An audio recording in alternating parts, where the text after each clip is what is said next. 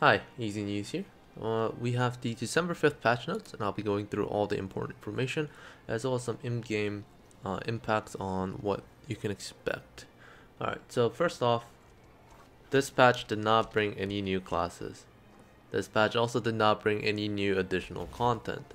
It is simply in preparation for upcoming patches that will be more important and have more content.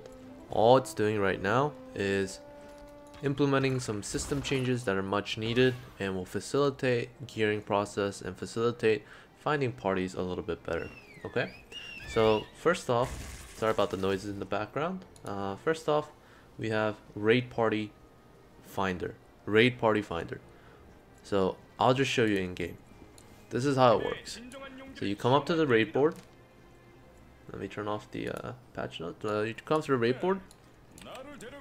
You queue up through this window. So it just looks like any other window. And what you have to do is you pick the boss you want to look at or you want to fight, and this works for raid tier 2 as well. Let's say I want to go to Shadow Lake Heroes. There's two buttons down here. The right one says enter. So if I want to enter by myself right now, I could press this one, or if I want to find a party, I'll press this left button. And you can see there's already 4 parties that are active. So these guys are all saying Shadow Lake Heroes clear party, Shadow Lake Heroes who wants to go. And this guy's recruiting for a guild. That's not the right way. But if you just click, you can see what item level they are, what class they are, and you can register to join. Now, I believe there are item level restrictions that the party leaders can put in. So if I were to create my own party, under this search bar, this is the registration.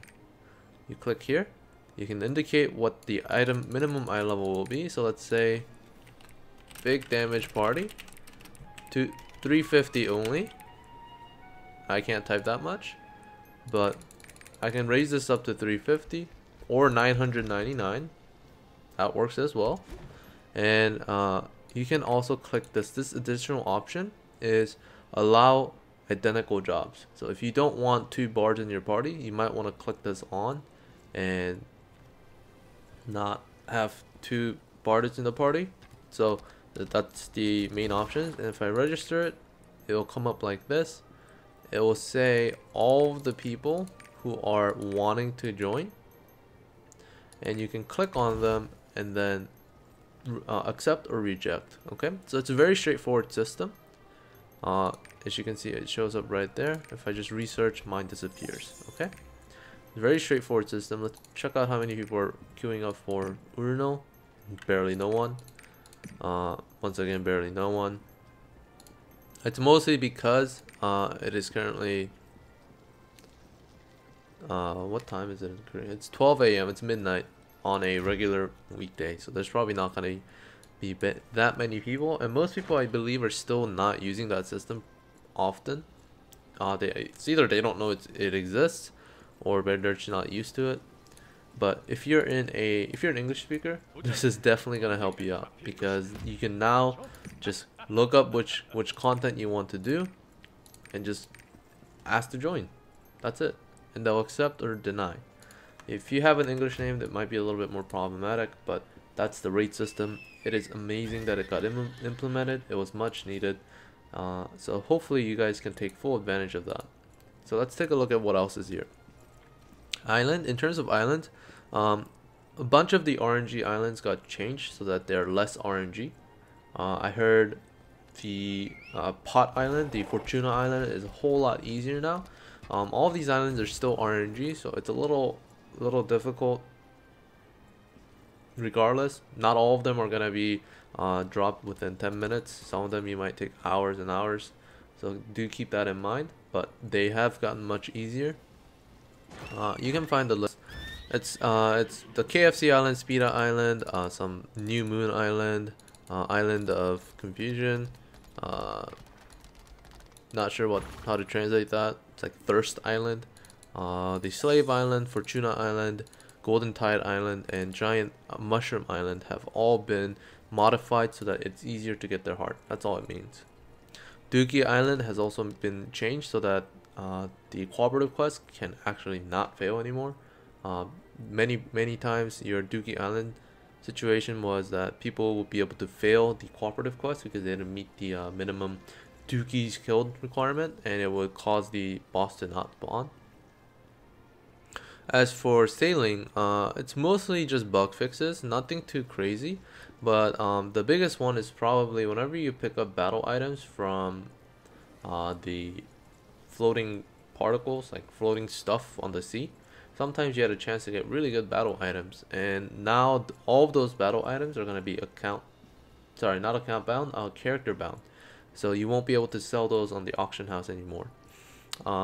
You can also apparently buy the 45% and 60% potions for pirates coins.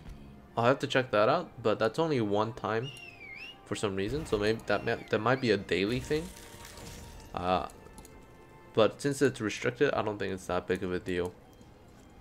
For Chaos Dungeons, they changed it so that you can get the Roar emote and the Threaten emote on a more consistent basis across all of the Chaos Dungeons. So not just the first Chaos Dungeon, but all the Chaos Dungeons will be dropping, will have a chance to drop the Roar emote and Threaten emote. I'm not sure what the drop rates are. It might not be much, but the fact that they implemented it means that it'll be more readily accessible other than the 45 Blacktooth tokens that are in the game right now. And here's another big one, Epona's requests. So the dailies have gotten slightly modified. So if you guys ever wondered, I'm at the Lighthouse Island. Right here. How do I get the trade-in material or the currency to buy some of the songs and items from Frank, the vendor there? That item are these wandering spirits. Now, before, the only way was, I think, really rare through hunting jellyfish, and also even rarer through ghost ships. However, now they implemented some new Epona's dailies as well as weeklies that will reward you with these wandering spirits. So if you are looking for some wandering spirits, there are ways to get it now. There's also new Island of Fragment rewards to Epona's dailies on quests like Dookie Island.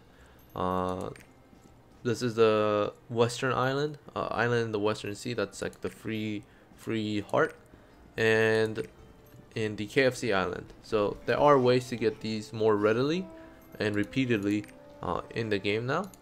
I still wouldn't recommend doing these. If you need island fragments, just get 9 and 12 hearts. You get enough. Another important addition is the weeklies. Weeklies got revamped. Before, weeklies had absolutely nothing worth looking at unless you were getting something like ship plans or the mana fragments.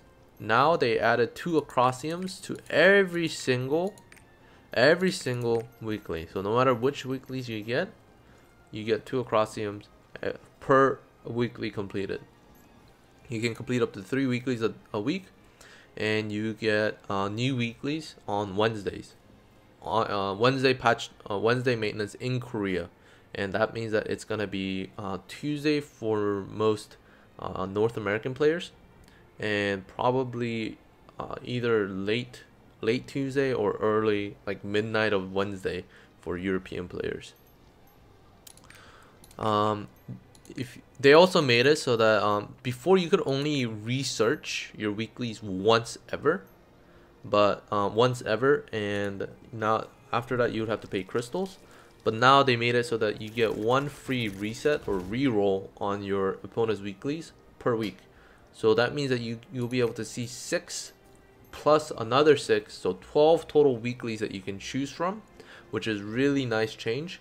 And it's pretty much made some of the harder weeklies a lot more acquirable, so you don't have to rely on RNG as much trying to get that weekly that you wanted.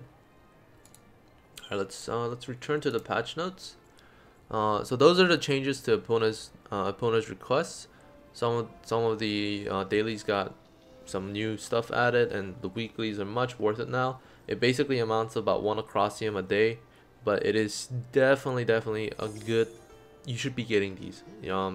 Acrosiums are gonna be hard to come by, so you should be getting these acrosiums from weeklies. A lot of them got changed as well, so that they're a lot easier to complete, so you don't have to worry too much about it. Items. There is a island in the Western Sea called Pirate Island or Pirate Village Atlas. Pirate Village Atlas has a necklace, or sorry, an earring you can buy that used to be 385. Now it's 380. So at 380 you can buy a pair of 390 earrings. So if you're at that point, keep that in mind. They also included some new ways to get accessories. However, all of these are fairly expensive. For example, the cashew seed earring is 12,000. Not 1,200, 12,000. And my current character right now, if you guys look right here, has 200. Now granted, that's from questing and not really farming, but 200. The Epona's daily, let me check how much the Epona's dailies. Epona's dailies gives you 200. So this isn't something you can use your Epona's dailies on to just farm it over time. You're gonna have to actively farm at Totoik in order to get all these cashew seeds. So I'm not sure how big of an impact these new accessories, additions of these accessories are gonna make, but I don't think it'll be substantial.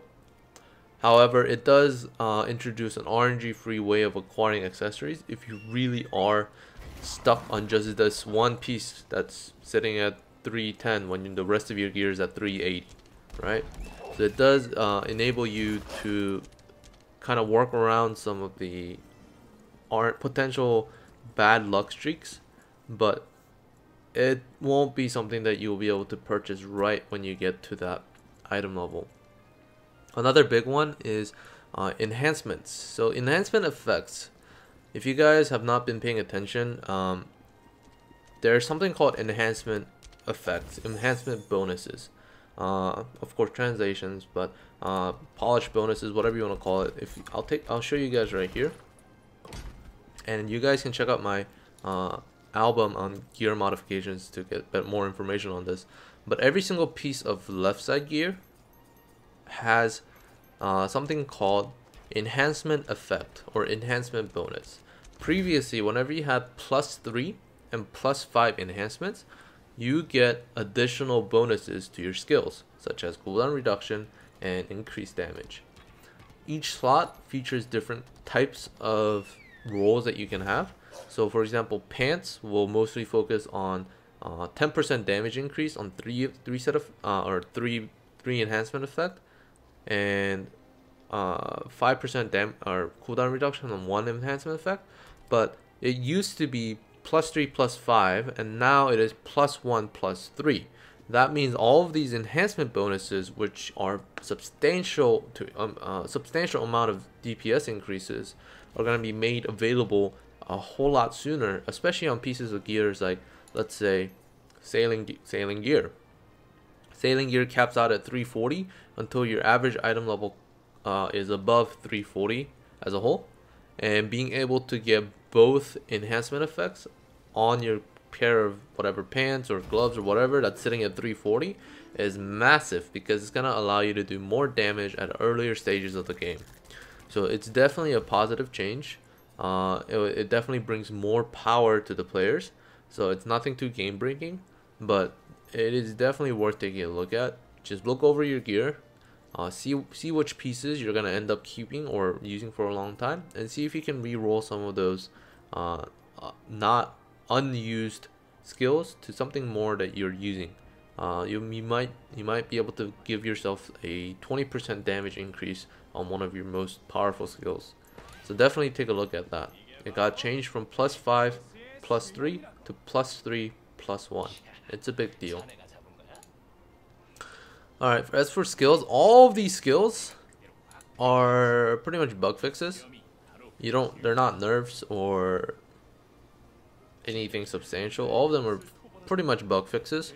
So you don't really have to worry about this. It's not really that big of a deal. If you are having some bugs, like if you're noticing bugs in your class, Devil Hunters, Blasters, Summoners, Battle Masters, and Warlords and Berserkers are the ones who receive some bug fixes. So if you are someone who specifically is affected by this, then check them out individually. I don't know enough about these classes to be able to give you guys a in-depth translation of what's happening. Same thing with life scaling. All of these life scaling stuff are pretty much either balance changes or bug fixes. It's not too crazy. Some of these engravings most people don't even have yet. I don't think anyone has these engravings. So these were just stuff that Smilegate saw and saw that, okay, we need to change these because it could be abused or whatever. The one thing that is notable is probably when you fish and hunt, you have a trap that you can set up before the rank wouldn't show, which so the trap will consume 5 of your tool, and it would put down a trap. Now before, it didn't show what the rank of the trap was, but now it will show you the rank, and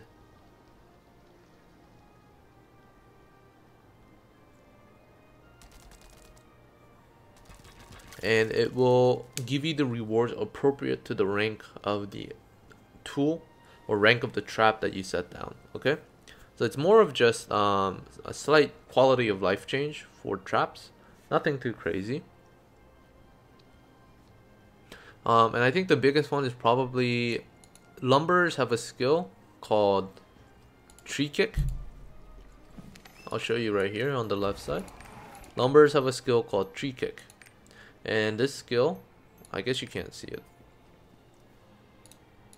This skill, basically you kick a tree and then it will not consume the tree and give you rewards that you would normally get from having a kicking down or knocking down the tree. So instead of it being repeatable, they made it so that you can only use it once per tree. And the reason why this change was made was because you could go into secret dungeons and stay there forever and just keep kicking the tree on cooldown, and it will give you infinite rewards basically.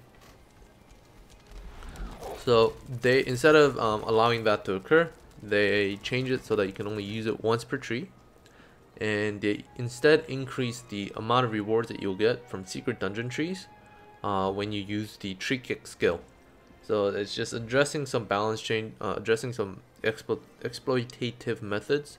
That's all. As for questing, they made some of the quests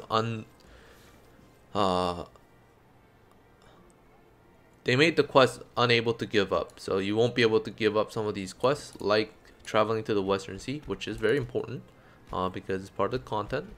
And as for everything else, all of these other ones are rather unimportant. There's nothing too much in the rest of the patch notes. So the main ones are pretty much just raids got raid finder, islands got easier, sailing some bug fixes, dungeons you can get emotes from all dungeons, all chaos dungeons now, not just the first one. Epona's weekly, more Acrosium,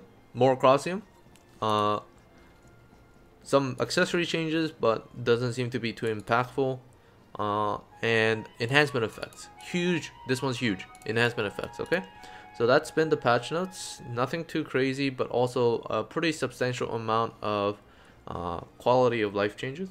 So there will be a bigger patch note hopefully next week regarding class balance. So I do need some help with different classes because I don't play every single class and I don't know any information about some of the classes. So I will need help for translating the balance patch next week. But please look forward to it. I'll try to have it up as soon as the patch is made available on December 12th. Okay, so I hope you guys enjoyed the video. I'll see you guys next time.